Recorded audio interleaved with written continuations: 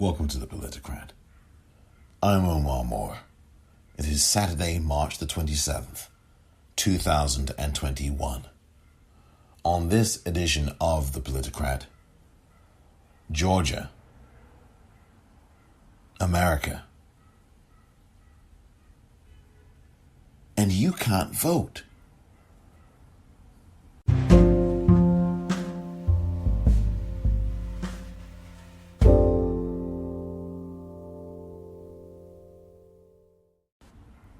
Welcome back.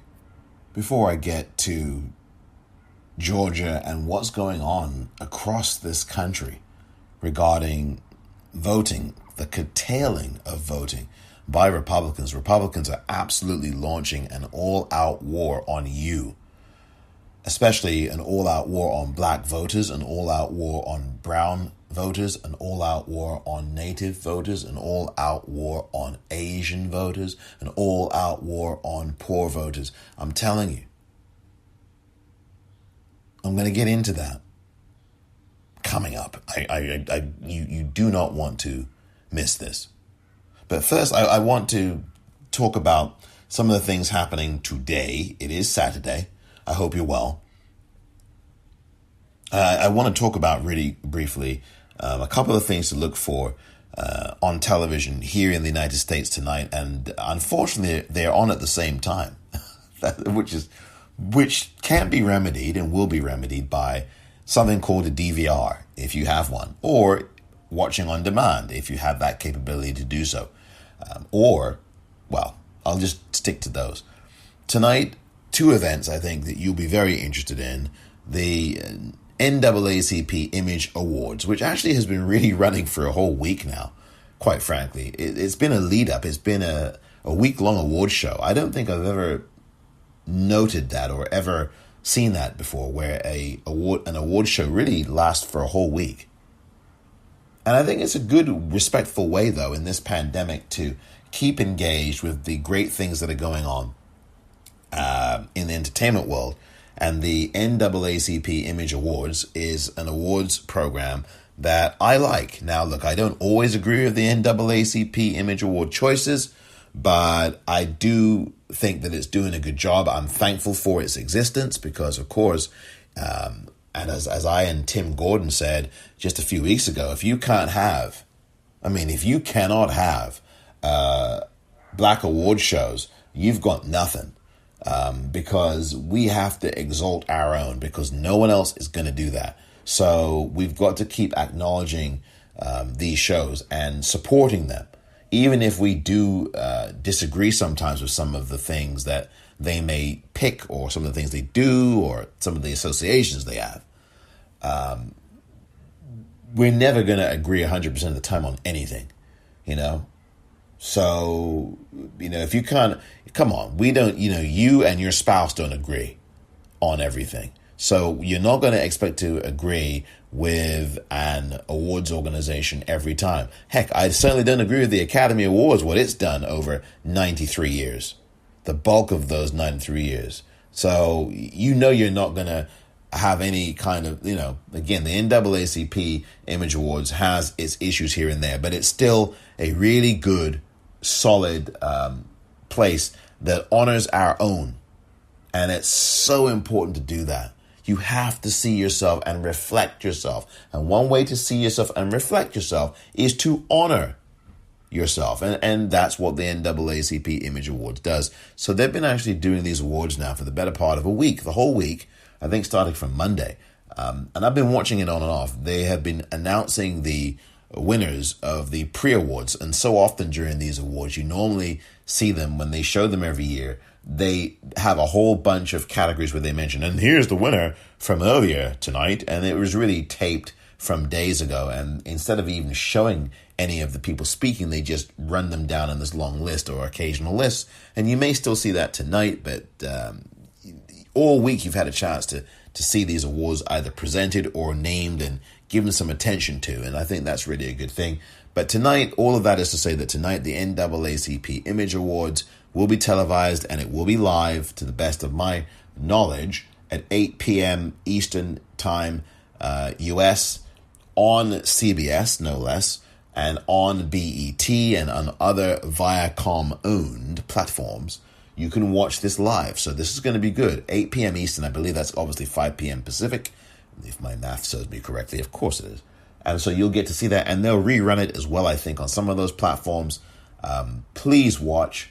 Please watch it. I know that Saturdays are not the best nights for television. And maybe you've got plans, hopefully, to stay indoors and wear, well, you know, when you go out, please wear a mask. I had to go off on Twitter yesterday about that, which you can see my very pointed tweets at the Popcorn REEL if you want to from Friday, March the 26th, 2021. Oh my goodness. I'm telling you, it is overkill. Why? Anyway, I'm not going there. You can go and read the tweets for yourself if you so desire. But I do want to say that the NAACP Image Awards, the 52nd annual NAACP Image Awards, tonight. This tonight is Saturday night, 8 p.m. Eastern, live on CBS. That's really good. And also on BET and other Viacom-owned platforms. You've got to watch that. You've got to see Black Excellence. See it. Watch it. Look at it. You will watch the Oscars without looking, won't you? Not everybody likes the Oscars either, by the way. A lot of people don't watch them. But a lot of people will tune into them, even for just 10 minutes, and then they'll duck back out, right? That's how the Oscars gets watched, in this country at least. I don't know about around the world, because the NAACP Image Awards are not being televised globally like the Oscars are. Next month, the Oscars are going to be in over 207 countries. Tonight, the NAACP Image Awards are going to be in one country, and maybe others if there's streaming areas and other countries. But the point is, if it's streamed on the website or anything. But the point is, this is a chance to see Black excellence. We've talked about the Black Reel Awards that Tim Gordon does, and we've talked about other organizations. But tonight, you can get to watch this live. But at the same time, 8 p.m. Eastern Time on HBO, the great documentary Tina, which I really love. And you heard me effusively praising both Dan Lindsay and TJ Martin, the Oscar-winning documentary filmmakers, for their excellent work in directing Tina. And this praise was not exaggerated, it was not artificial, and it was not grounded in any kind of hyperbole at all, because this documentary is a smoker. It is hot. It is brilliant. The cinema is really good in it. The story told is compelling and moving. And I don't want to give anything away. I won't. I'm going to be writing about it and posting it on popcornreel.com, popcornreel.com. That will be later today. But I'm telling you, you have to watch this documentary. If you've got HBO, you've got to watch this tonight. It's called Tina. The legendary Tina Turner, of course, is the center of the documentary. You've got to watch Tina tonight, 8 p.m. Eastern Time, and Pacific Time as well, because I think it's 8 p.m. in both time zones, in all time zones. I don't think it's going on 5 p.m. Pacific. I think it's 8 p.m. Eastern for sure, and then 8 p.m. Pacific. It's having its premiere in that same 8 o'clock block in every time zone, to the best of my knowledge, on HBO tonight. You've got to watch what these two gentlemen did, these two marvelous gentlemen directing this. And again, I don't know if they thought that I was being hyperbolic or not. I was being very sincere, and you can listen back to the interview that I did, the conversation I had with both of the filmmakers. I was really enthusiastic about this film and very genuine in my enthusiasm for it and for what these two gentlemen have done, because they did an excellent job. And you've got to watch this film. So there you go. Tina, tonight, the documentary, as directed by Dan Lindsay and T.J. Martin. Really, really good guys. Lovely gentlemen. They really are. It was just really good talking to them about the process. You can listen back to the interview, the conversation yesterday in yesterday's episode of this very podcast. And we talked about all of these things. And, you know, I must tell you that TJ Martin sent me a nice note thanking me, and saying that it was or rather saying that it was one of his favorite interviews. So that's a nice thing.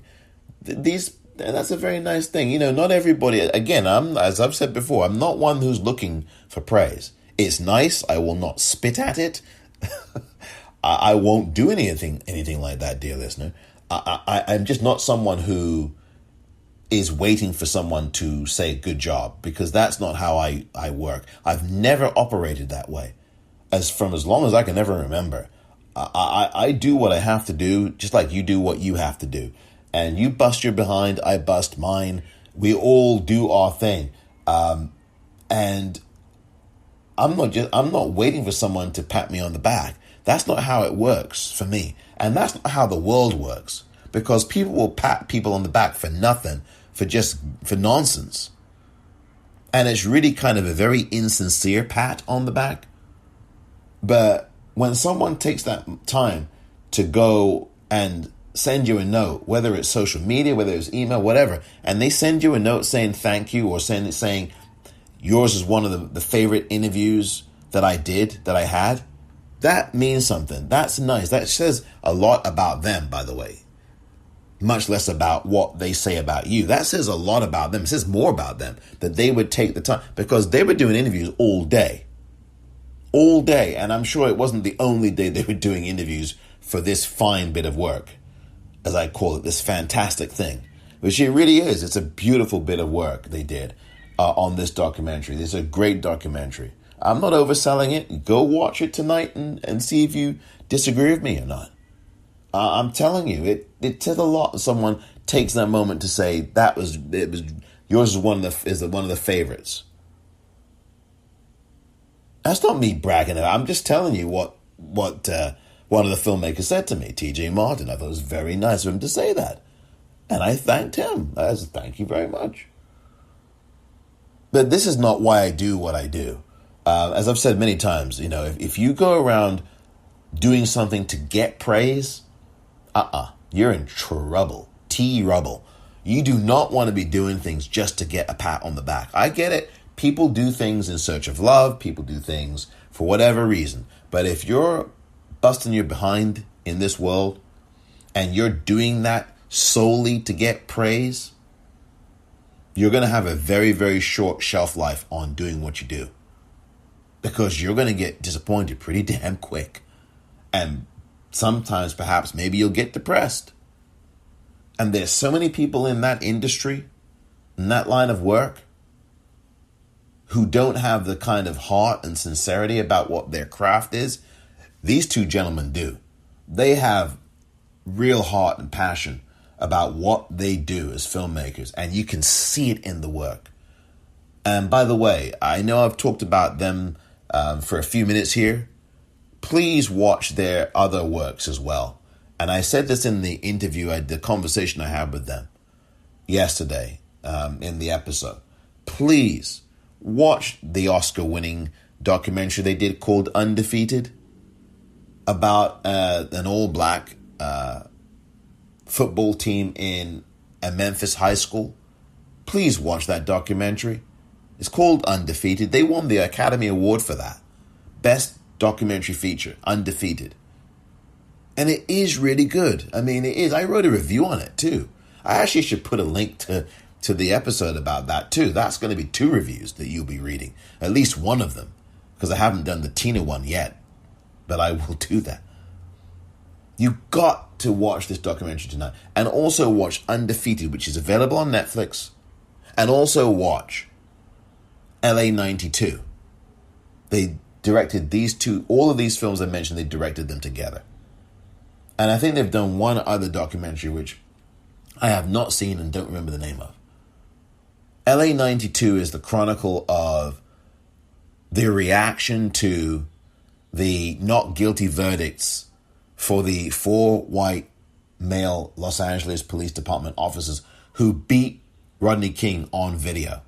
We all saw it, and it was so clear. But again, I don't think people. I mean, this happened in 1992 when that verdict came in, and you saw what happened. And this this is an excellent documentary. You've got to watch LA 92. It's a fantastic piece of work.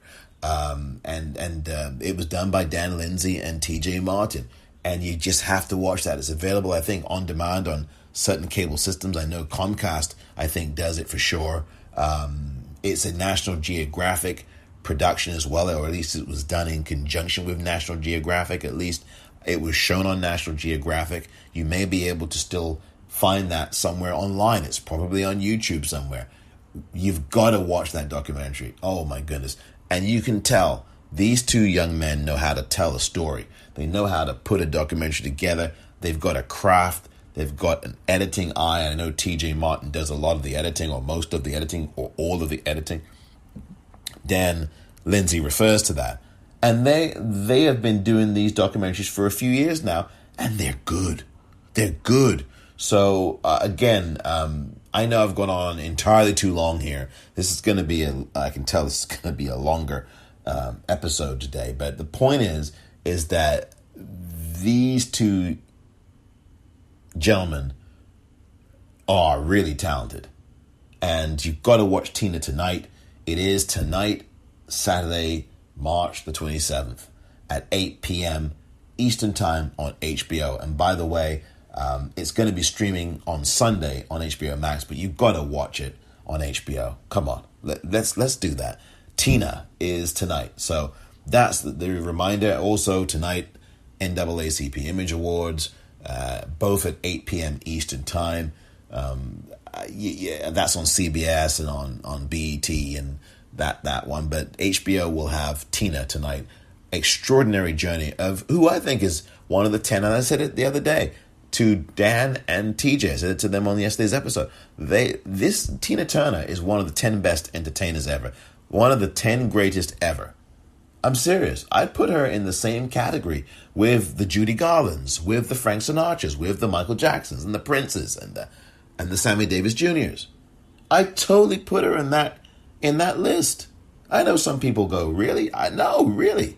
Tina Turner is one of the 10 greatest entertainers ever. There's no question about it. No question about it. Barbra Streisand is in that list.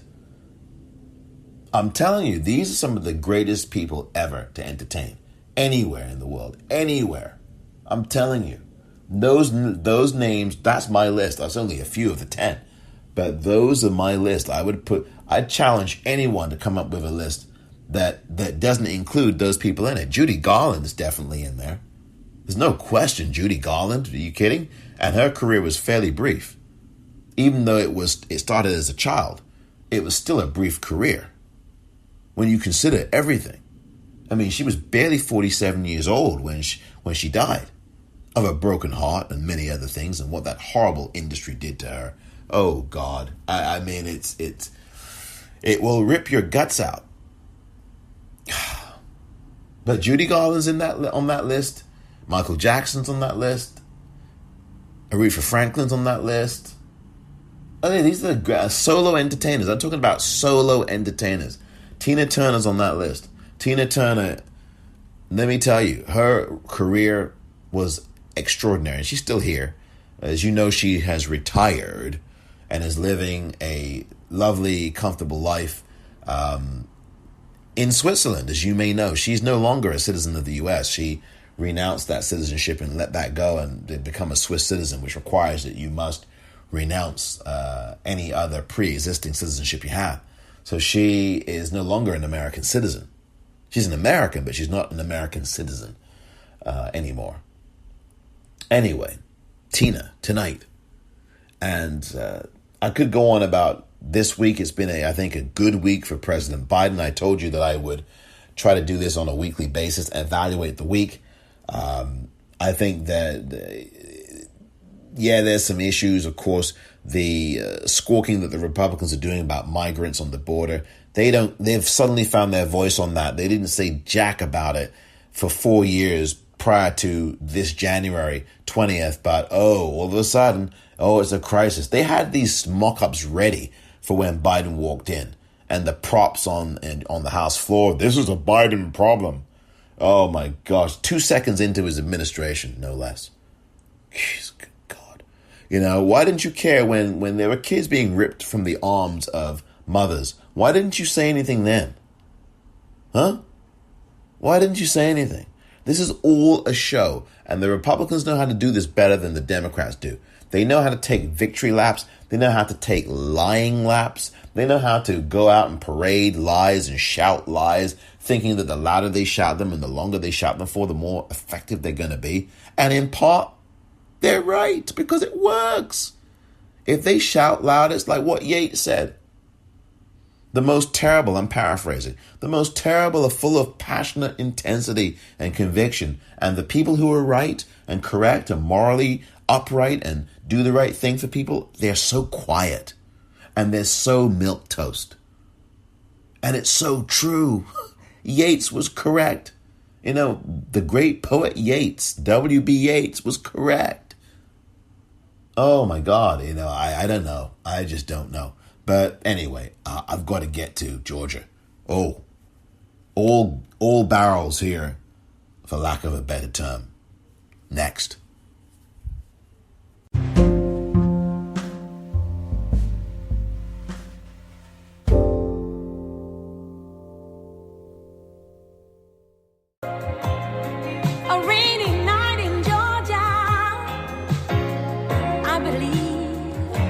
It's raining all over the world.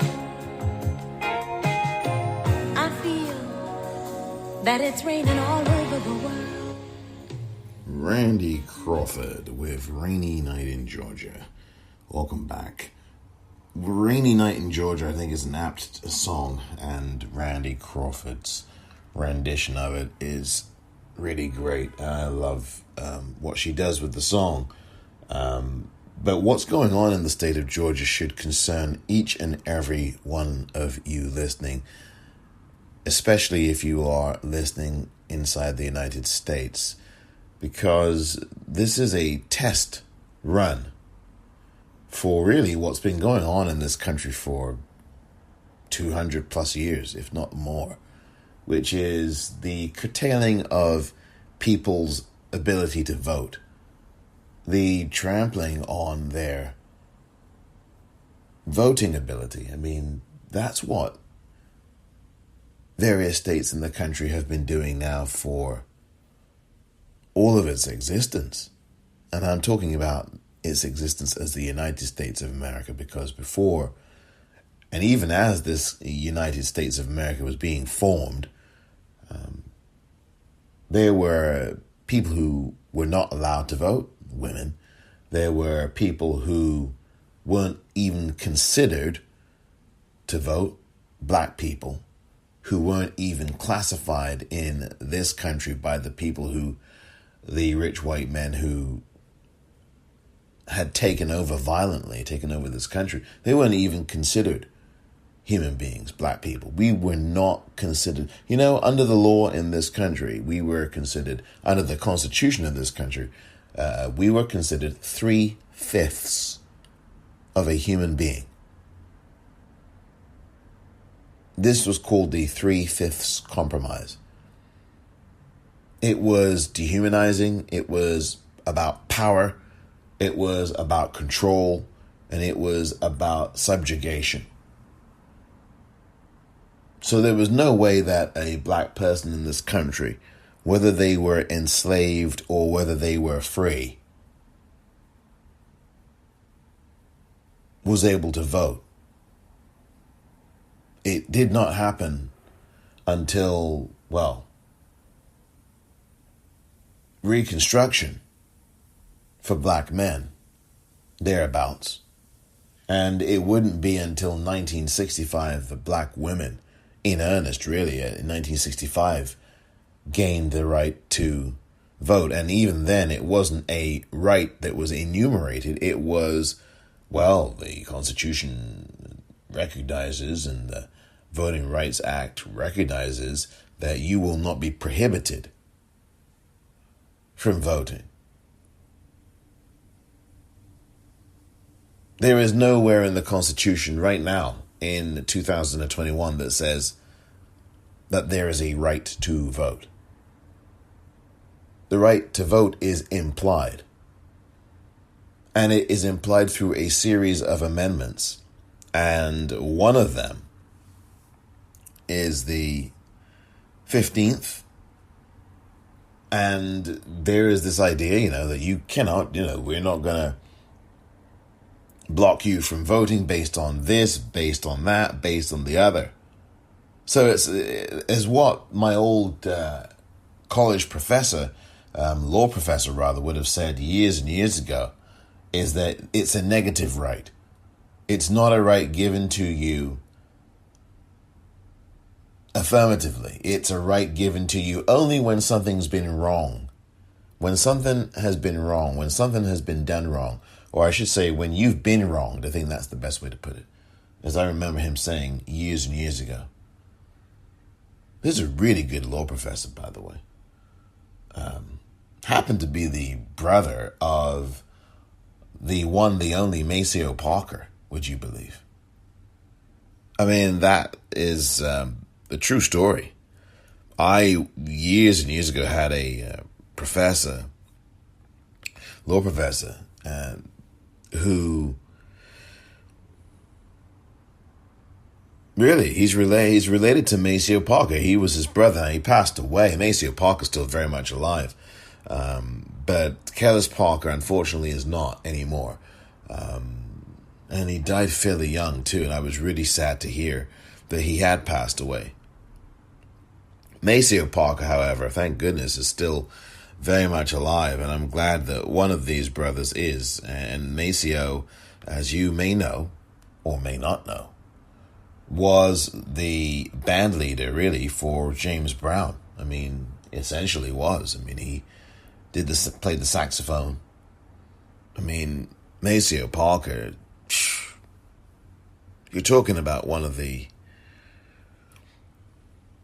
greats of greats.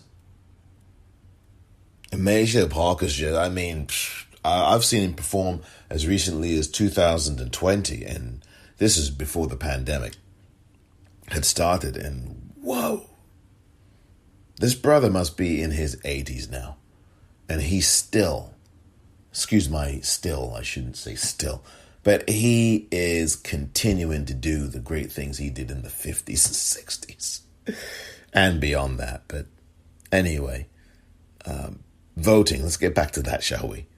Voting is under attack, is what my point is. And it's under attack in Georgia. And I just mentioned the things about Reconstruction. I mentioned things about 1965, because this is not something that just started this week in Georgia. This has been going on, as I said, for hundreds of years now, as against black people, as against poor people. Black people are the ones who have been so violated in this way when it comes to voting.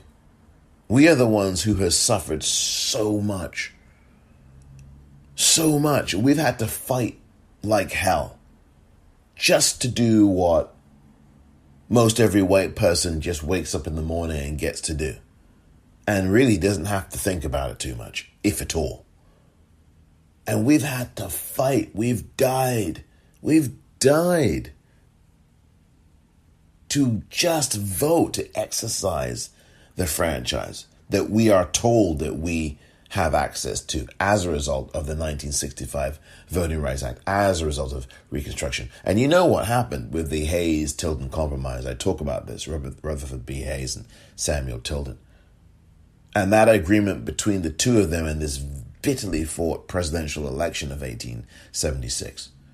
That, well, one of you can get the White House, but you've got to make sure that you get rid of all those federal troops on the southern borders and in those southern states, so that the people of the South can do what they will when it comes to voting. And if they exclude black people, they exclude black people. You've got to promise me that, Samuel J. Tilden. Or, now I forget which one of them was in office. Which one of them made the compromise? I can't believe it, because the last time I had talked about this on this program, on this podcast, dear listener, I was very clear about who it was. And now the brain has fogged. Oh dear. But in any event, the bottom line here is that one of them, oh God, dearie me. I'm not going to look it up. I'm not looking it up. But the point is, please study that. It was a bitterly fought election, 1876, and there was a so-called compromise. And what happened is that the Reconstruction era came to an end. That's really the main point I want to make. All of the things that had come about after the end of the Civil War, where black people had all of these things that were beneficial in terms of businesses, access to power, political power, a representation in the United States Senate. All of these kinds of things came crashing to an end in the 1870s as a result of the 1876 Rutherford B. Hayes Samuel Tilden, or Samuel J. Tilden, or whatever his middle initial was, compromise of 1876. And what it was, in a nutshell, was we agree that I'll get to become president if you make sure those black people can't vote. That's the really crude, dirty Cliff Notes version of what 1876 was, that Rutherford B. Hayes Samuel Tilden compromise. And yeah, that's what happened.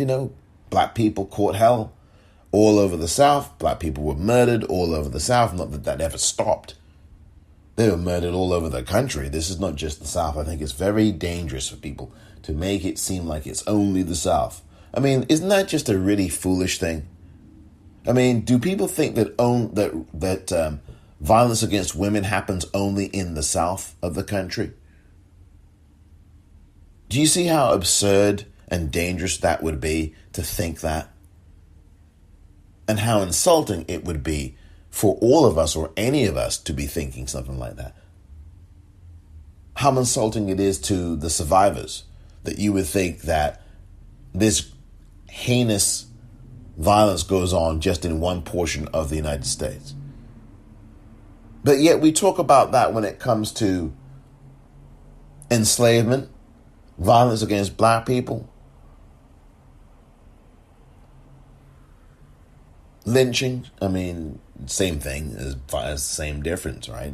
Violence against black people, that was what happened to us. We were lynched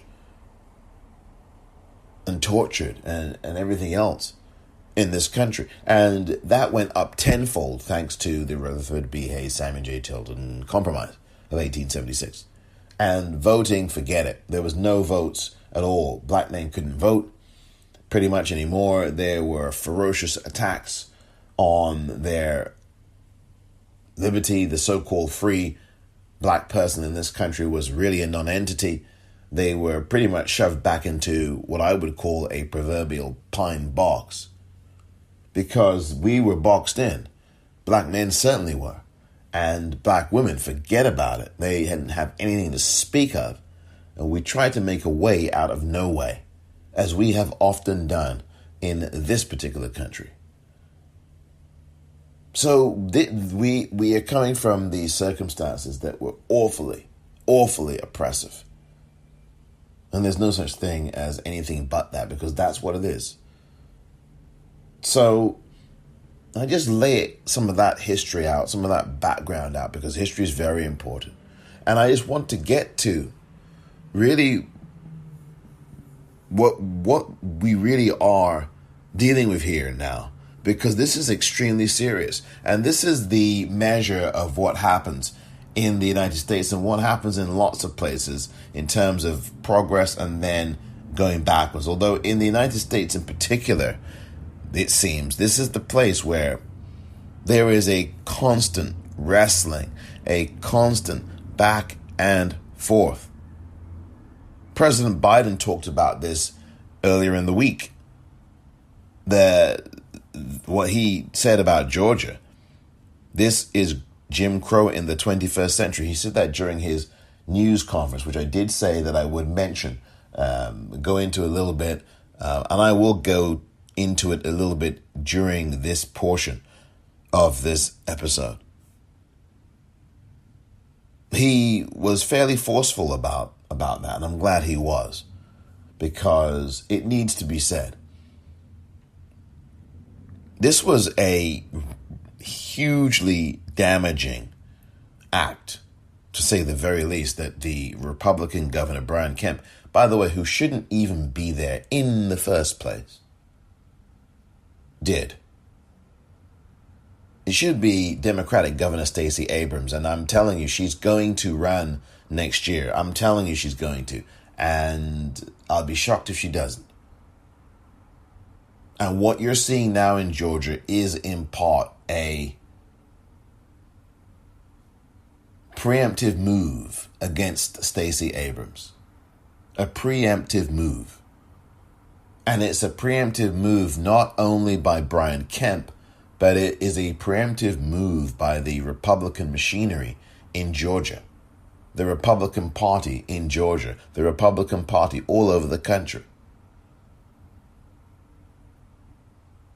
Because as I said just a week or two ago, there are laws being passed in a number of states around the country, hundreds, if not thousands,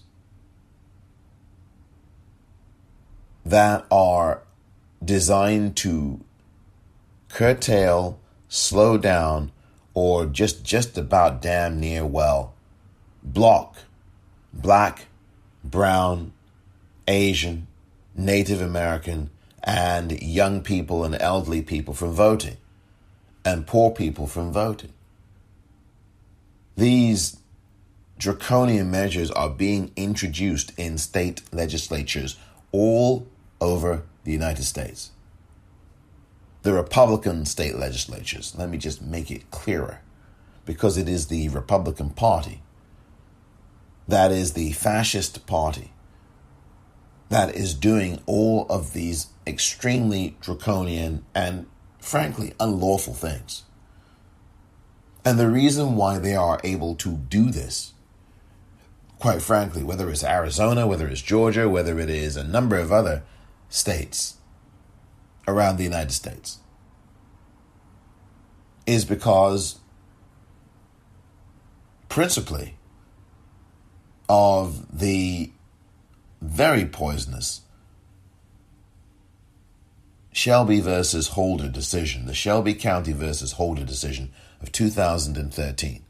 We're getting toward the 8-year anniversary of that horrible decision in June of 2013. And I remember having a conversation, I believe it was with Judith Brown Dianis of the Advancement Project, and I hope to talk to her again in the coming weeks.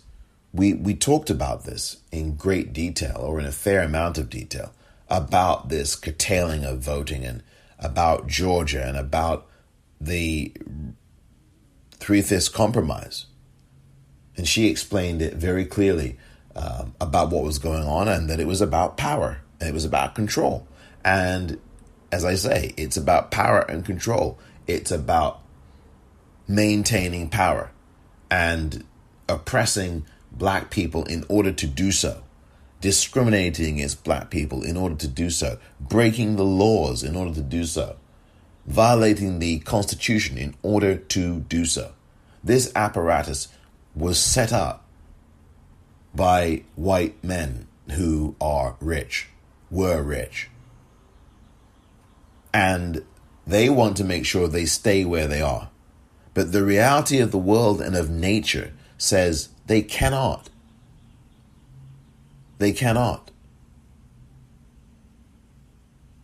You've got birth rates falling in white communities and white populations all across this country. You've got birth rates rising in brown populations all over this country. And all of this reaction, all of this racist enactments, racist declarations, racist laws, racist policies are all designed to maintain an institution of whiteness and white violence and white control and white dominance and anti-blackness and anti-brownness. That's what this is about. And of course, anti-Asianness Asianness too. Because as we're seeing in the very same state of Georgia, and it's been going on for 100+ years here across the entire country, there is a violence now, again, permeated and has permeated this country for over 100 years. There's been violence against Asians in such a fashion, in a manner that is being largely talked about now, really because Asian people are the ones making that happen. And also because the media has decided that it's a good idea now to focus on it, even though it's been going on for over 100 years. You had the Chinese Exclusion Act that said that Chinese people could not even come into this country, couldn't come here. You had all of this violence in factories against Asian people. You had violence in the railroad system that the Chinese were forced to build.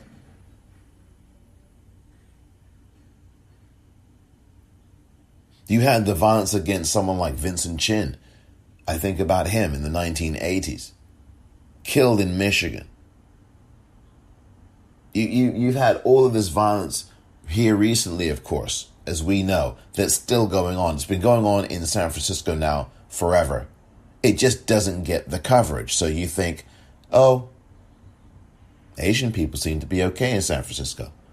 Or maybe you don't even think that. Maybe that thought doesn't even cross your mind. But Asian people have been targeted now for generations in this city and around the country. Around the country. And so what we're seeing now is something very real. The execution of 6 Asian women. We've seen the fact that Asian people have also been voting in high numbers for Democratic politicians. We saw that in Georgia, by the way, just in November and in January. If you look at the statistics, you will see that large amounts of Asian voters voted for Democratic politicians in Georgia, in places all over the country, and obviously in the White House. And I think that President Biden should have put some Asian people in his cabinet, some major level. I don't think that there's any. There may be one, but I can't think of who that is. I really cannot, So that's something that I think President Biden should do. But again, what I'm saying here is that this Republican governor, Brian Kemp, signed into law on Thursday a measure that would absolutely cut off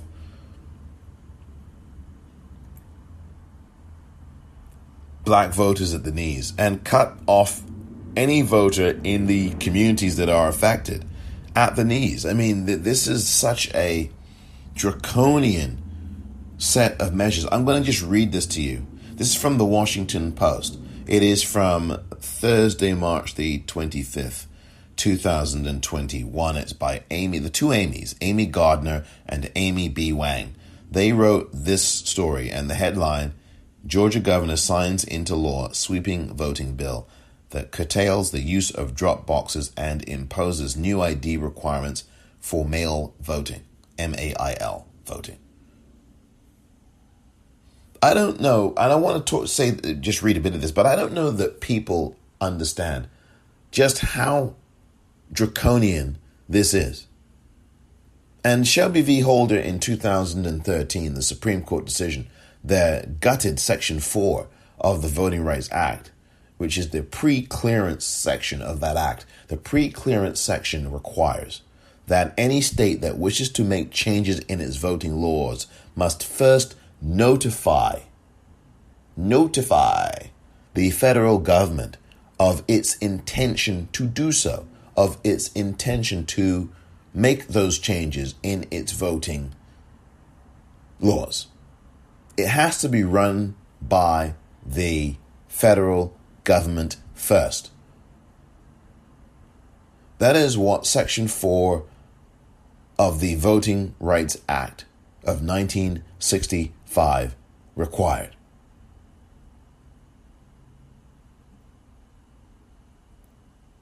So if there was some kind of thing that, say, Alabama or, say, just off the top of my head, Mississippi or, say, South Carolina or Georgia, just off the top of my head, wanted to do with its voting, it would have to make it clear in writing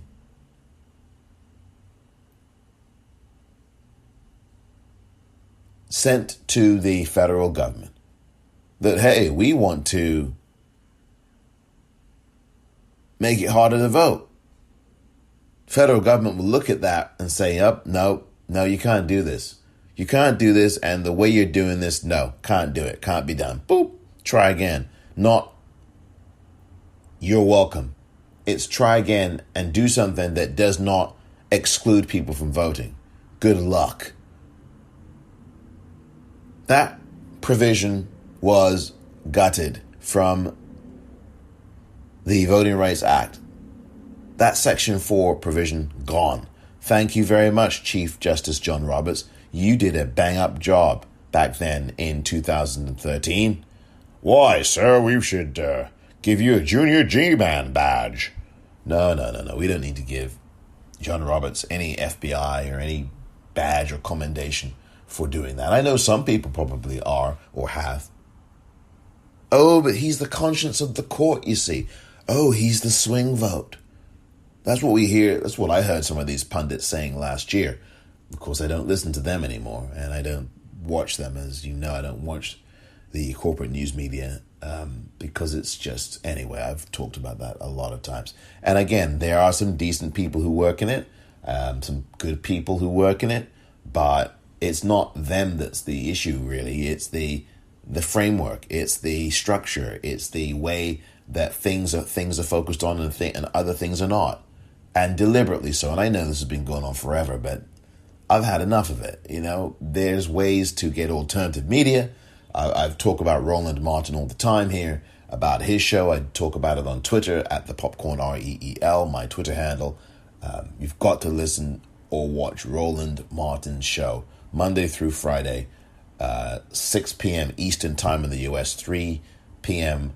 Pacific in the U.S. Really good show Monday through Friday. It's usually about 2 hours. I don't get to watch all of it, but I do get to watch peek at some of it, and it's really good. And plus, you can watch it at any time on YouTube. But the point is that and it's at Roland S. Martin. I'll actually put a link to the show. There's so many things on that program that you just won't get. You will not know about on CBS or CNN or MSNBC, and forget Fox. We know Fox is not going anywhere near any of these things, but neither is anyone else. So really indispensable bit of information and news and programming that you've got to know about. You can't not have some knowledge of that program and what Roland Martin does. He works so hard. This Georgia situation, speaking of working hard, these Republicans in Georgia and around the country have been working hard for months, for years, for decades, centuries, pretty much, to clamp down on black people's right to vote. And I know someone's going to say, well, didn't the Republican Party, weren't they the party of abolition? Yeah, they were. But what the hell does that have to do with the last 60 plus years? In fact, even longer than that. What the hell has that got to do with Republicans doing what they're doing? They're absolutely gutting voting provisions. And all under a bunch of lies. Oh, this is to make sure that we're more confident about our elections. This is such a bunch of garbage because, as you know, if you have a memory that is long enough to know and remember this, just in late November, how many Republican officials did you see stand up and tell you that these elections were done with 100% transparency? They were not done in any underhanded way. The process worked. The process worked the way it was supposed to work. You remember Gabriel Sterling. You remember it. You remember him. You remember Brad Raffensperger, no friend to black people at all in the state of Georgia. Brad Raffensperger is the Secretary of State of Georgia, a Republican, a Trump supporter. Gabriel Sterling is an election official in Georgia, a Republican. Not sure if he supports Trump or not. These were just two of the state's highest ranking officials in the Georgia Elections Office.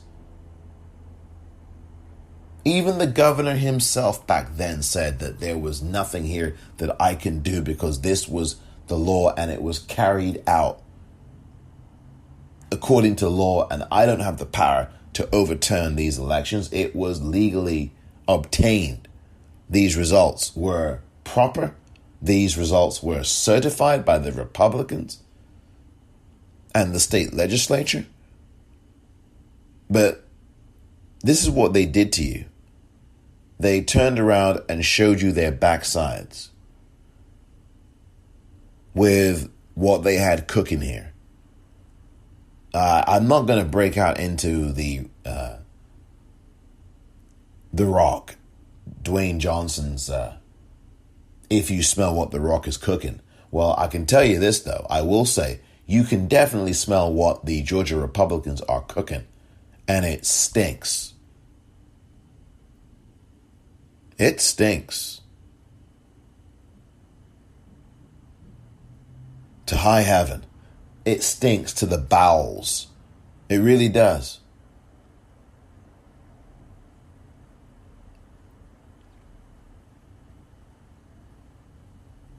This Washington Post story, I'm going to link to it, by the two Amy's, Amy Gardner and Amy B. Wang, is one that everybody must read because it is easy if you're someone who does watch 24/7 cable news, not that you're sitting there for 24 hours and 7 days every single week, but if you're someone who tunes into that world, that realm, wherever you are on a daily basis, and you are getting all these neurons of information fired at you, even if there is an expose on this story, with all the gloss, with all the shining lights, with all the flashing bulbs, with all the cute little ways that the anchor or the host or the pundit says things to you, you may miss just how severe this is. Even with all the guests that come on and talk about it. You really have to read these stories and let this sink in to the depths of just how dastardly and evil these people are. This isn't only Georgia. This is going on in a number of other states. And this isn't just members of the Republican Party here and a few there and a few over here. This is all over the country. This is a full court press. This is, as President Biden said, is Jim Crow in 2021. And what is going on now, as President Biden said in his news conference, the first news conference he's had as a president, first official news conference, he said that what's going on in Georgia right now makes Jim Crow look like Jim Eagle. Now, if that's his way of saying how serious this is, he certainly, I think, has conveyed it somewhat. But I'm telling you, this is really bad. This is draconian. This is as bad, if not worse. I mean, this is as bad as the 1960s ever were. People are not being allowed to vote under this legislation. Brad Raffensperger will not have the power anymore as a Secretary of State to oversee these elections anymore. People have already forgotten that in January of this very calendar year, January of 2021, January the 2nd, people have already forgotten that Donald Trump, oh God, I mentioned his name, called up Brad Raffensperger the Georgia Secretary of State, and talked about, well, Brad, we need those votes. We need those 11,780 votes. Can you find them? Can you find them? 11,781 votes. Can you find them? He's like a panting dog. Can you find them? Can you find them?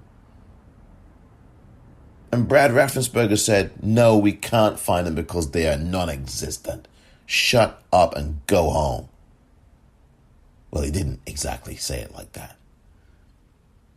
He just held his nerve as one is supposed to if they are not invested in corruption or crime, and rebuffed the orange guy.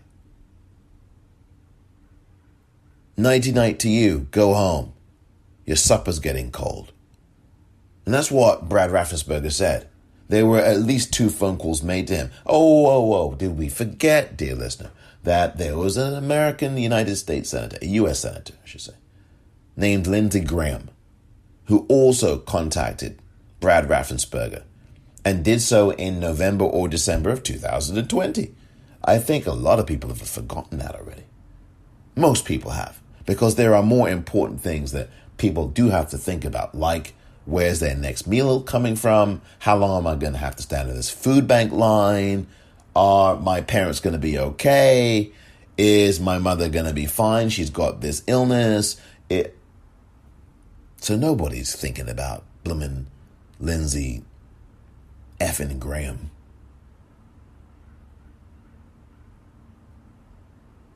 I guarantee you, though, those of you who are in the know, who do follow this a lot more closely, know very well and remember very clearly that Lindsey Graham also placed a phone call to Brad Raffensperger.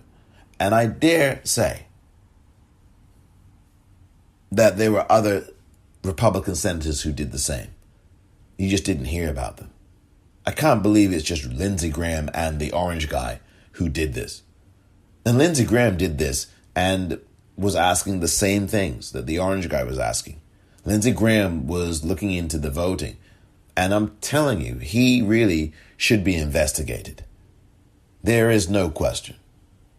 He really should be investigated. But this is what was going on. And this is what is going on. And Brian Kemp now is reacting to all of this. This is a Republican reaction to you as voters in Georgia, and you know who you are, who voted in 2 Democratic United States senators, who voted in a Democratic United States president in that state, in your state of Georgia.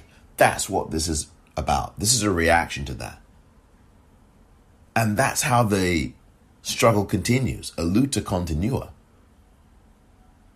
By the way, I take this opportunity to quickly mention that there is an A Luta Continua collection at the Politicrat Daily Podcast store, and it will be added to in the short future.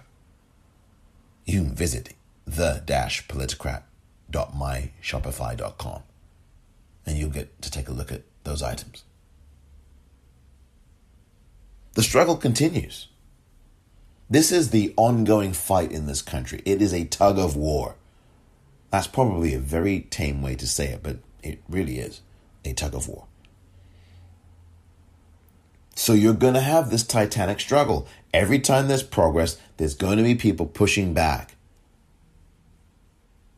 in the white power structure, the white male power structure, to dampen this. And this goes on in voting. This goes on in other realms as well. But voting is the most powerful thing that any person in America who is not running for office can do. People running for office can do it too, but I'm talking about you as the average person. It's the most powerful tool you have in your toolbox, because you, with your vote, your vote can decide whether or not someone who has been affecting your life for the last 10, 20 years, depending on how long they've been in office, can stay in office and continue to do that. You have that power. It's really immense, that power. I'm telling you. Why do you think that the House Democrats are trying to push forward this legislation? They've already passed it, by the way. HR 1 and, For the People Act, the John Lewis Voting Rights Act. It's all about the Senate now trying to get these things passed. And President Biden is telling them, you've got to get this done. We've got to tell them that. Call up these senators. Call up Chuck Schumer. Call up all of them. And tell them, we've got to get this done. Put pressure on your senators so that your vote is protected. And this goes for all of you, all of us, because they're doing it to black people today, and they're doing it to brown people today. They're doing it to Native people today. They're doing it to Asian people today. They could be doing it to you as a white person tomorrow. And in some cases they are, because there's some white people who are younger who can't vote. They're getting challenged. You're getting white elderly people across any background. And it covers some white people as well. So this is already happening. And you can't let, it's not happening to me, I can keep voting, be the reason why you don't join this fight. You can't let that be the reason. That's selfishness, right? That's selfishness. And maybe there are people listening who don't care that it's selfishness and that they just want to get along with their lives and keep moving. And maybe there's a great many people who are listening who do care, who do want to actually preserve this, not for themselves just only, but for future generations. This being able to actually vote. When you can't vote in a country, you don't have any democracy in that country. Period. Full stop. And that's the truth. If you cannot vote in a country, specifically that you are a citizen of, you don't have democracy in that country. That country ceases to be a so-called democracy. America is teetering, and some would say that there is no democracy here at all. And I would really agree with them, quite frankly, as well. In large part, we've never really had a true democracy in the United States of America. And I defy someone to challenge me on that, because the only democracy we've really had here is the one that protects rich, white, male property owners. The state has protected them just fine, thank you very much. The system has wiped their asses, to be crude, pardon me, for 244 and a half years plus, and before that. Because they're the authors of the system. So it's working just fine for them. This is really, I haven't even got through this article, but I'm going to just read parts of this.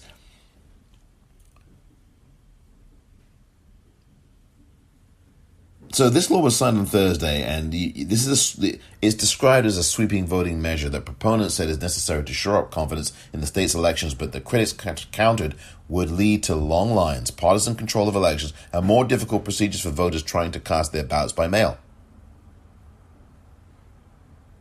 The measure is one of the first major voting bills to pass as dozens of state legislatures. Listen to this, dozens of state legislatures. So this is not only Georgia, as I mentioned that it wasn't. This is all across the United States. This is in your state. This is in your state, and your state, and your state, and your state. And their state.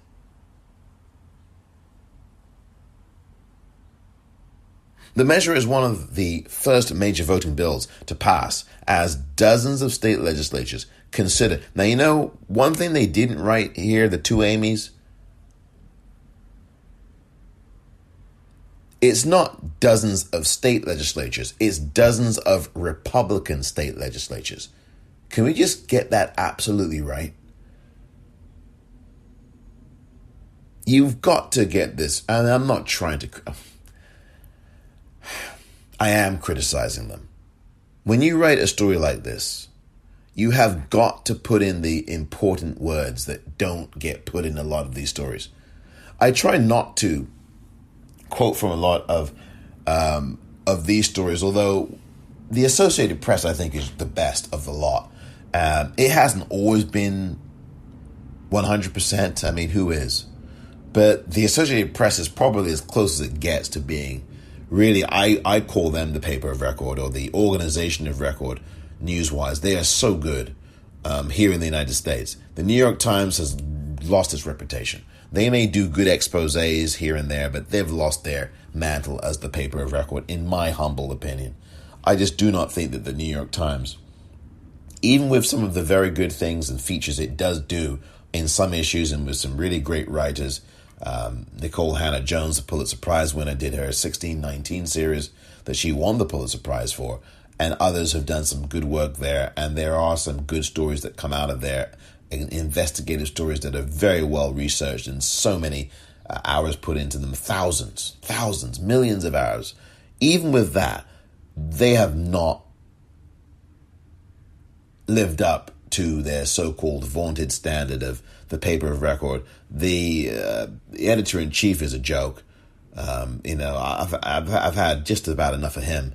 It's a blooming disaster under him, and it's been a disaster before him, and that's that with the New York Times.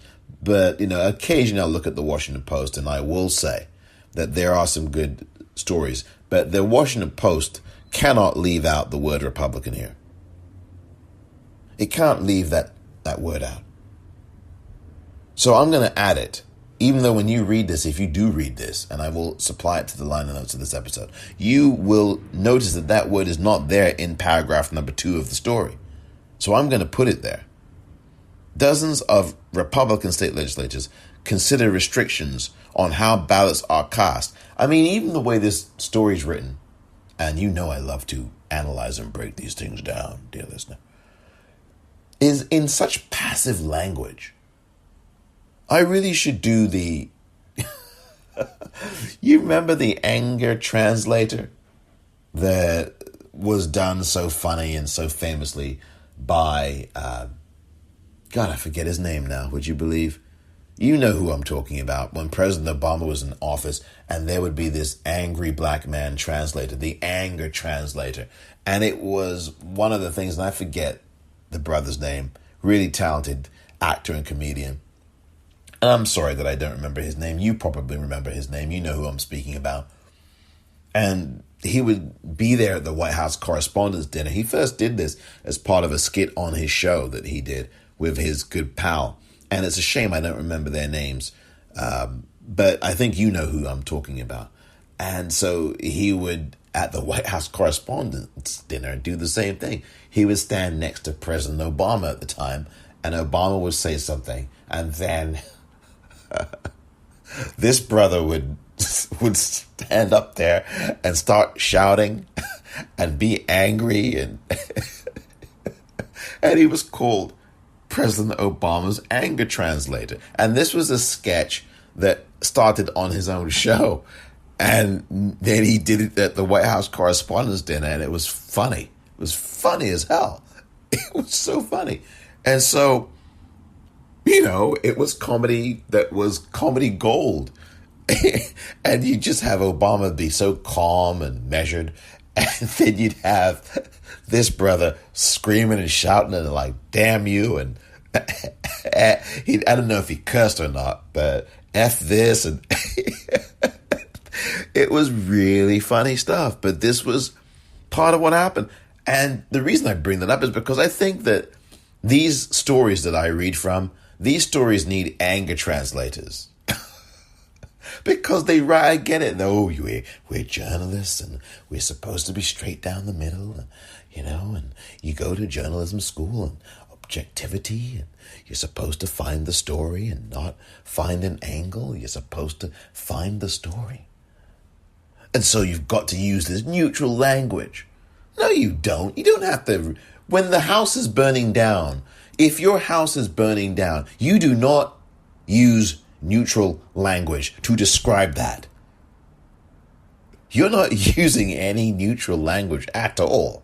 when your house is burning down, literally, when your car has been stolen, or when you see it being stolen, when you see your car in flame, you are not using neutral language. If your child is in danger, if your spouse is in danger, if you've been harmed, you're not using neutral language.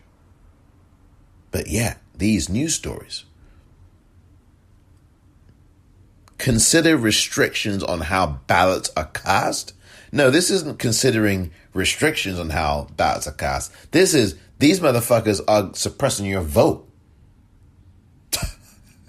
I'm laughing, but this is the truth. This is about these Republicans are suppressing your vote across the country, and they're doing it in your face. They do not care anymore. You know, once upon a time, it would be nibbling around the edges, and we'd hide it, and we'd lie, and we'd tell you, no, we're not doing that. We're committed to fair elections. Now they're telling you, yo, Secretary of State Brad Raffensperger, we know you're one of us. We know you don't like black folk either, but you're not even going to get to control this shit anymore.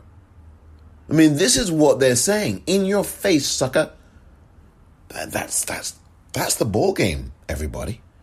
That's the ball game. When Donald Trump attacked without evidence, he lied. Okay, I'm going to be the translator now. Angry or not, I'm going to be the translator. And you should be, by the way, you should be angry about this. I mean, there's a lot of things to be angry about. Still, this is one of them. And you're going to sing the national anthem on July 4th and celebrate how free the country is, and you can't vote in that country? Come on. This is what James Baldwin said.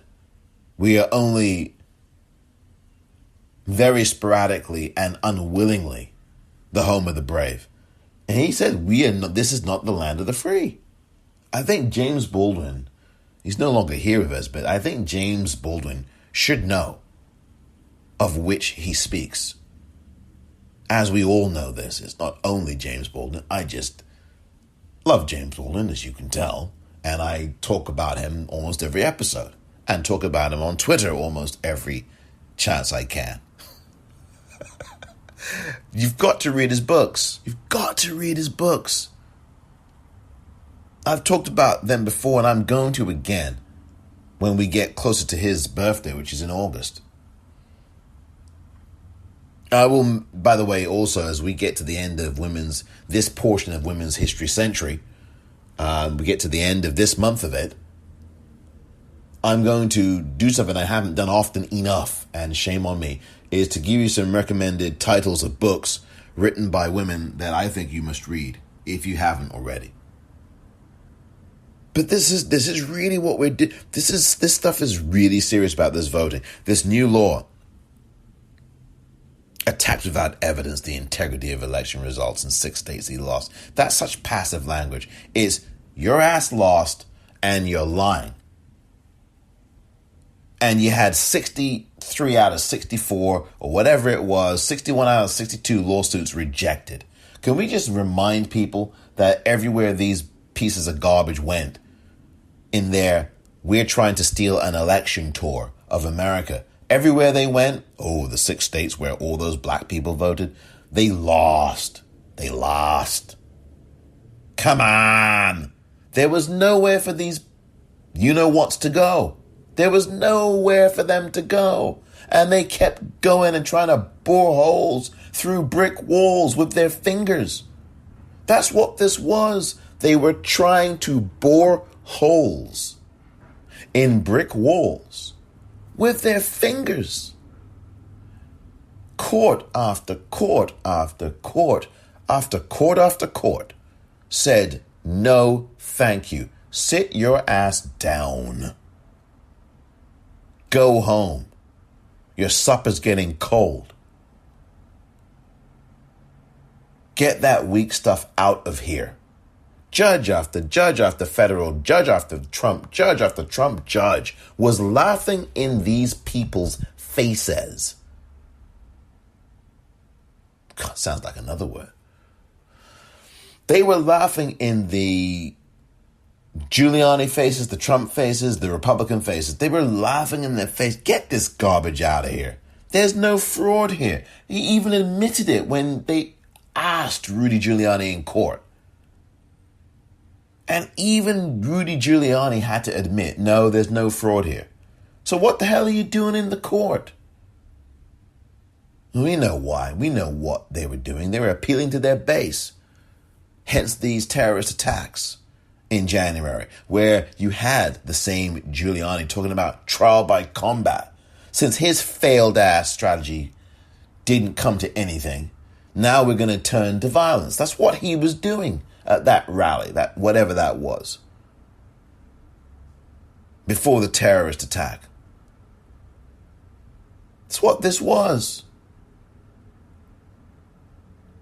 The new law, back to the article, imposes new identification requirements for those casting ballots by mail, curtails the use of drop boxes for absentee ballots, allows electors to challenge the eligibility of an unlimited number of voters, and requires counties to hold hearings on such challenges within 10 days.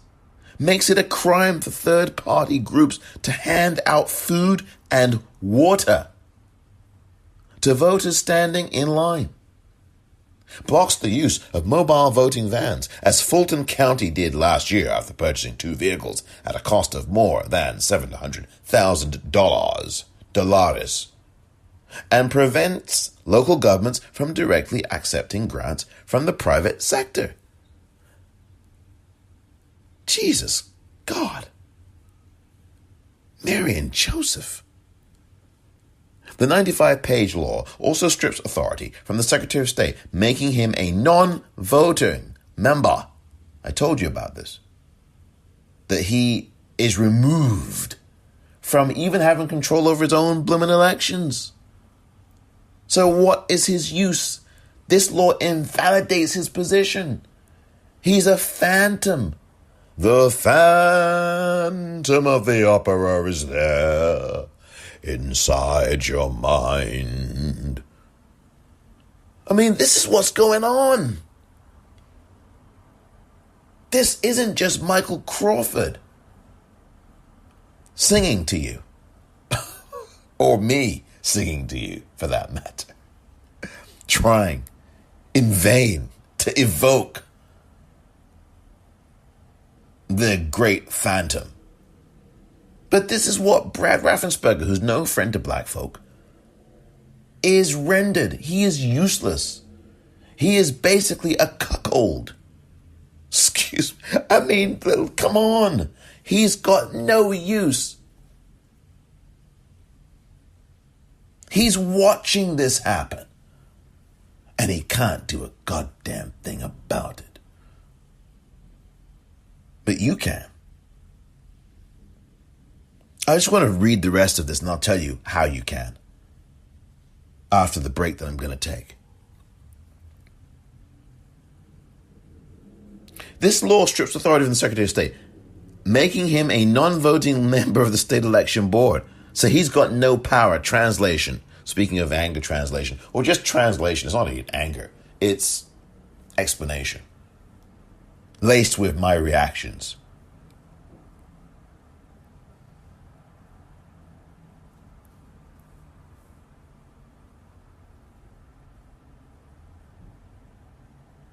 He has no power. He's a non-voting member. A non-voting member. So he's got no power. You've essentially fired him from his position when it comes to this. And that's really what he does. And allows lawmakers to initiate takeovers of local election boards. So these Republican state legislators in Georgia are taking over these local election boards. I mean, this is blatantly illegal. The reason why it's allowed to go ahead is because that Section 4 provision of Shelby v. Holder of 2013 in the United States Supreme Court, that Section 4 provision, the pre-clearance the pre-clearance provision was stripped from the Voting Rights Act of 1965. This is the reason, dear listener, that this kind of garbage is happening. It's illegal. It's patently illegal. It's obviously illegal. But the United States Supreme Court said, no, it's nothing wrong with this. No, nothing is wrong. You don't have to tell the federal government that you're going to strip everybody down in the South or wherever it is in the country, Arizona, wherever. You don't have to tell them. You don't have to tell the federal government anymore that this is what you want to do. Because you know if the Section 4 pre-clearance provision was there, you couldn't do this. You couldn't do this. Now they're doing everything. They're not just talking about IDs. They're going for the gusto. These people are absolutely saying in this 95-page law that the Secretary of State of Georgia no longer has any power. That's what the law is saying. Not only that, that's the least of this. You've got lawmakers taking over the control of the local elections boards, making the people who do that useless. This is fascist, man. I mean, this is like what we're really seeing right now, which is the Republican Senate trying to take over the entire country. This is Mitch McConnell doing the same thing when he blocked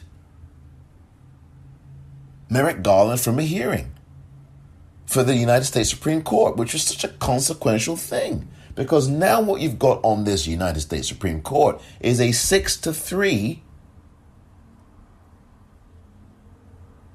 makeup of the court. It's an architecture that says you've got 6 conservative judges and 3 so-called liberal judges. I don't even know what that word means anymore. I can't stand that word, liberal. What the hell does that mean? You've got a lot of liberal racists and liberal misogynists. You've got liberal everything. What does liberal mean? I mean, I know at least what conservative means. These folks just don't believe that, though. The people who are, so these people in power, they say they're conservative, but they behave like freaking the radicals that they actually are. Destroying the country and doing it in front of your face. Here, have a look at us. We're destroying your country. And then we're waving an American flag at the same time that we're doing it. In other words, we're fascists. In other words, we don't give a rat's ass about the country. We just care about staying in power. This is just madness. It's frightening. And you really should be concerned about this because it's coming soon to a theater near you, to a voting booth near you. What's to stop this from happening anywhere else? It's going on in many Republican state legislatures now. What's to stop it from happening anywhere else? And the effect is that this is about damaging voter confidence. This is a complete reaction to what happened in Georgia. I mean, you don't even have to be following this even halfway to know that this is what happens. This is a direct reaction to what we've seen in the last few months. And I'm telling you, if these Democrats don't wake up, and if you don't wake up and start looking at this stuff, you look at your voting booth and, or one day you'll be going to vote if you still vote, and I hope you do. And someone will say, oh, by the way, no, we don't have you here on our registrar's list to vote. And then you're shaking your head saying, wait a minute, I registered, I did this, I did that. And then you go home and you realize that there's some news story that you missed 7 months ago that said that this provision would apply to you. So now you can't vote anymore without this, that, and the other. And I know we've got so much more things that we've got to do that are more immediate than this, but I'm telling you, the midterms are coming. Your local elections are coming. And you really need to be aware of these things. At first and foremost, locally in your city, your town, in your state, wherever you are, you have to be aware of what's going on. so that when you come to vote, there is no nasty surprise waiting for you. That's really where I want to get this to. Because, I didn't take a break. I just went right through that. I mean, I've not stopped talking for over an hour. Oh, that's a surprise. Because I've never done that before. This is the thing. This article, you've got to read it, even with the soft soap language that gets used. It's damning, even in the soft language. Your alarm bell should be going off in your mind and your brain when you read this. Critics could allow partisan. Critics, these are the activists. These critics are the activists, are the pundits, are the professors, the intelligentsia, the academia. That's who this is. Could allow partisan appointees to slow down or block election certification. Remember all of that stuff that went on? I mean, we can't forget that this did just happen, dear listener, in November and December, and how slow it was. And they slowed it down and they challenged every blooming thing. And then they eventually certified it. But it wasn't from 3 weeks. And remember what happened on January 6th? These terrorists did what they did. Killed at least 7 people. If not more. And they, killed at least 2 police officers. At least maybe 5 police officers. 3 of whom ended their own lives, but it was caused by these terrorists. I mean, it's all connected. It's all connected. How can you disaggregate what's going on now, what went on January 6th, and what went on prior to it? With all these lies, the election stolen, and lie. It's lies. He was telling you this. You know who the he is here.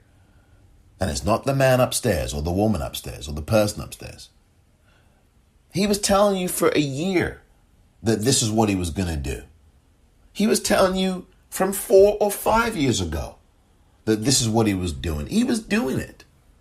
Oh, the 3 million people voted illegally in California. This is when he won by the Electoral College. He was telling you this. This guy was serving this crap up to you for 5 years. 5 years he was doing this. 5 years. Telling you. This is going to be the biggest rigged election in history. No, it wasn't. You knew you were going to lose, dude. And so that's why you perpetuated this fraud. This lie, this ugly lie that the media kept replaying, by the way. Talk about republication. This bill is so disgusting. This 95-page law that got signed, it's not a bill anymore. It's law. Law. It is law in Georgia. Right now, thanks to this governor, who signed it, by the way, under a painting of a plantation. Like that's by accident. All of these white men standing around him, a white man sitting there, signing this bloomin' thing. And there's a painting of a plantation just above his head at the back wall. Oh my God, surely that was a mistake. I mean, yeah, like that wasn't an accident. That's not by accident. Oh yeah, like that's an accident that's there. Oh yeah, we just forgot to remove that plantation painting. Oh yeah, of course. Because, that was just a mistake. That is a symbolic message to black people that we're sending your ass back to the plantation. That's what that is, folks. Well, with these laws, that's exactly what's happening. Your ass will not get to vote in Georgia. Believe me. These guys know that the end is nigh for them. These white men who are running these governments and running these state houses know that the end is nigh. Same thing with Governor Cuomo. Even though he stands there, different circumstances, but the end is coming for these folks. He's not going to run for another term after this. I doubt it. I doubt it. He won't make it. He won't make it. He's going to be voted out. I'm telling you. I'm telling you. He's not going to survive, that governor. He's not going to survive. And I don't know if he's term limited or not in New York. I should know this. But he's not going to survive being in that office very much longer, even if he doesn't retire or quit. And I'm telling you, these folks in Georgia and in Arizona and all over the country, they are not long for this. This is their last stand. And this is their second last stand, because one of the first major ones was this terrorist attack. This is what these Republicans have always wanted to do. This wasn't about the guy in the White House prior taking over the party. I said this before. He's part of the party. This is what they've wanted to do forever. It precedes him. This party's been wanting to do this for 65 years. I'm telling you, this is not something that just happened yesterday or in January or last November. They've been plotting this for decades. Decades. All the treason that's been done. Nixon getting in by treason, Reagan getting in by treason. Nobody cares, because people don't study history in this country. We are not the best students of history in America. We're not in this country. We're not. There's 10-year-olds in Turkey who know a lot more about American history than a lot of people in America do. And that's the truth. That's the truth. You'll find some teenager somewhere else in the world who knows more about the history of the United States than some of the people here do. Many of the people here do. This law is so bad in Georgia. And on top of that, you're arresting a Georgia legislator, a black woman who knocks on a door. She's a state legislator in Georgia, and she knocks on the door and she gets arrested? Talk about fascism, totalitarianism. This isn't a country you can be proud of when people are getting arrested for knocking on a friggin' door. What kind of madness is this? Gestapo. And you think that we don't have Nazis in this country? You knock on a door and you get arrested?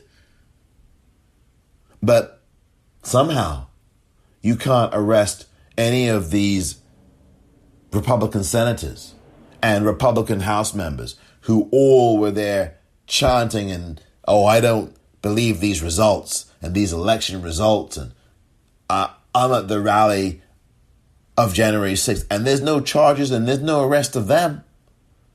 7, 8 people dead. Oh, but they didn't play a role in that, did they now? 147 Republicans who all said that this election wasn't legitimate. You've got Republicans who don't want to go through magnetometers, metal detectors, to be searched. And they've got guns, and they're carrying them into the U.S. Capitol building where this terror attack happened just over 2 months ago, and no one of them gets arrested. None of them. They've got guns. You're not supposed to be bringing guns into the friggin' Capitol building. They have to be checked. You got, again, the Sarah Palin wannabe. She's in Congress. They didn't arrest her. All these other people. No, they didn't get arrested. But the black woman who's the state legislator in Georgia, oh no. She knocked on a door, you see.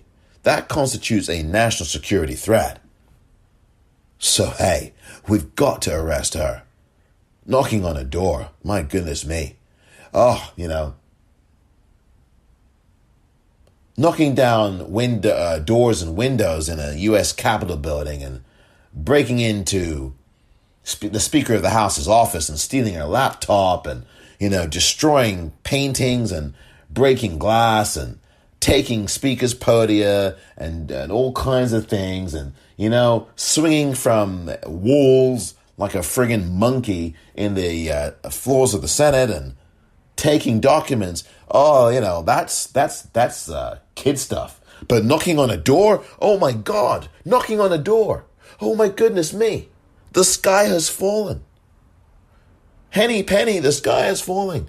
So you now arrest this black legislator for knocking on a blooming door in Georgia. But, those white rioters, those terrorists that, killed 7 people, 8 people, and, those politicians who were talking about how this election was not legitimate, and, they bring guns to the building, and, they don't get arrested. Oh, that's just kid stuff, you see. That's just lights. That doesn't mean anything. No. These are seditionists. These are terrorists. Oh, but no, we know these seditionists in the United States Senate who are challenging this election these Republicans in the House. No. 147 of them. Oh, but we don't want to do anything about them. We're not going to do a damn thing. We're going to swim. We're just going to keep them going. These are, no. We're not arresting them. We're not charging them. We might censure one of them, but that's all. We're not going to put handcuffs on them. We're not going to, you have to see that video. I'll put a link to it of this Georgia state legislator being arrested for knocking on a door.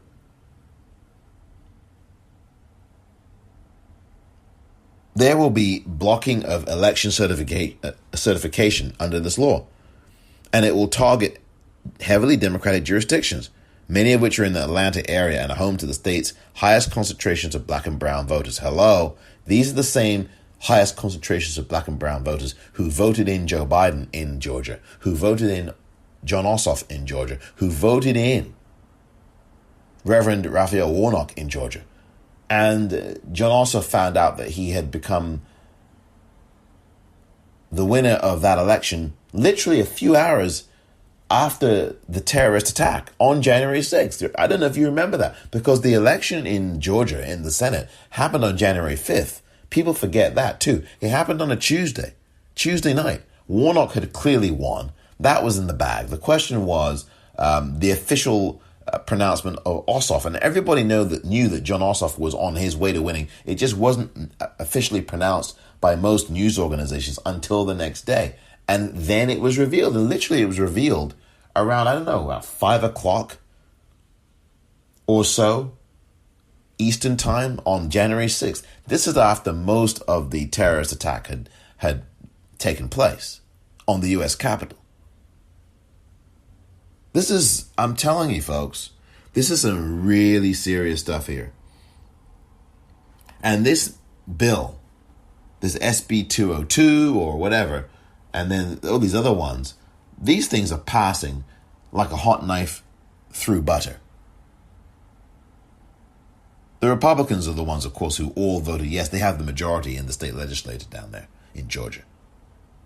Sailed out, says the article, sailed out of the state House and Senate on party line votes in a single afternoon with a stroke of votes and a pen just on Thursday. The so-called democracy that was even hovering in Georgia is now crushed to dust. Mortar and pestle. It's like the mortar and pestle. You grind up the aspirin and you just leave it in smithereens. It's all crushed. It's all grain. That's what we've got now in Georgia. And the grain is being blown away. There ain't even that anymore. Thanks to this law. Oh, Kemp signed it shortly afterwards, saying at a news conference that with the new law, quote, Georgia will take another step toward ensuring our elections are secure, accessible, and fair. Now, this is a bunch of garbage. What that really means is he's really saying, speaking of translations, Georgia will take a step towards making sure that only white people can vote, only rich white people. We want to return back to the 1700s, thank you very much, where only rich white men could vote. That's really what he means. Secure. They were secure, accessible, and fair. Raffensperger attested to that. He's a Republican. He's a supports this orange menace that left. Gabriel Sterling said that they're secure. Chris Krebs, the guy that was fired, remember? Chris Krebs, the cybersecurity guy who oversaw these elections, said that they were all secure, the most secure election in the history of the country. That's what he said. Got no reason to disbelieve that. Why would you think he's lying to you? Unless you're poisoned by the guy that left the White House. Why would you think this? There's no... Every Secretary of State in the country, all 50 of them, said, nope, we had no election issues, no chicanery, nothing. These elections were conducted and audited and certified. We went from pillar to post. And they were all certified, clean, correct, immaculate. No issue about any problems with the way these elections were run, administered, nothing. We had outside parties watching. We had people watching our vote count process. We had Republicans watching it. And none of them said that there was anything wrong. There wasn't anything wrong. All of them said, no, we didn't see anything. Mark Elias of the, forget the organization now. It has the word Democrats in it. I'll have a link to his website too. Mark Elias is an attorney. It could be the Democracy Project or whatever, Democrats, whatever. But he's been the one fighting all of these odious Republican lawsuits, all these frivolous suits that should be tossed out of court, and these lawyers should get sanctioned. And for wasting the court's time. And I'm telling you, he's been fighting these, and he keeps talking about this on Twitter. And again, you've got to follow him. I'll give you the link to his Twitter as well. This guy is telling you, these guys have got nothing, and they're just continuing to throw crap on the wall, hoping that it's going to stick. And now they're turning to these state legislators and these state legislatures, and they are now throwing the crap on the wall, and it's sticking as well as stinking. And it stinks to high heaven, as I said. This is really bad. And now they're telling you, like the guy who left the White House, that up is down and black is white. This is so bad. I'm going to link to this article. I didn't even get to most of it yet. And Joe Biden saying that this is like Jimmy Eagle, that's just the tip of the iceberg. We really have to get active here. We really have to call our local and state legislators. Who is your local legislator in your state who represents your state legislature that you vote for? Because you vote for one of them. You've got to find out who that is. You've got to contact them and tell them how you feel and keep them honest. Make sure that you tell them that your voting ability must be secure and that no one should be prevented from voting who isn't allowed to vote. Florida's doing this stuff too.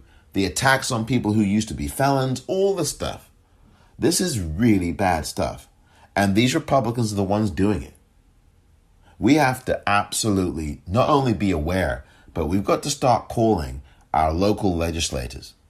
And whomever you vote for in your state assembly or in your state legislature, you've got to get in touch with them. I don't care if they've got an R or a D or an I or whatever the hell they've got next to their last name. You have got to get involved here and make your voice heard and tell your friends to do the same, because this is going to go on. This is going on all over the country, and we need to stand up against it. And the way to do that is to make these phone calls, particularly to your local and state legislature. I mean, I can give you the DC numbers for the congresspersons and the senators. I mean, I can do that as 202-225-3121 or 202-224-3121. I can do that all day long. But I've got to tell you that this is not really where the focus has to be. The focus has got to be on the state and local level, because that's where the source gets made. That's where the election law is. Because it's not, your vote is governed by how your Secretary of State and how your state legislature deem it to be so. It's the states and the state constitution. It's the state's election law that is at issue in these places like Georgia, Arizona, all over the country. It's these Republicans doing this, and they've got these majorities. They're gerrymandered. It's like apartheid rule. It really is. And we've got to start fighting this. We've got to get federal law. So I guess on that level, those 2 phone numbers I gave you do help, because you've got to lobby your senators and you've got to lobby people in Congress to make the Voting Rights Act, the John Lewis Voting Rights Act, pass in the Senate. It's got to. You've got all these majorities, slender as they are. You've got the House majority, you've got the Senate majority, and you've got the White House. This is the time to do this, because 2022 is around the corner, and this law in Georgia is going to be in place, and you're going to see a lot of Republicans coming back into power. And you're going to see this all over the country. This is how these people are doing it. They're cheating because they know they can't win if the rules are fair and square. They cannot win. We've seen that. We saw that last November, and we saw it back in January with Ossoff and Warnock getting it. And they are reacting to that now with a vengeance. So this is it, folks. We've got to get involved. We've got to get involved. Thank you very much for listening to this edition of the Politicrat. I'm Omar Moore.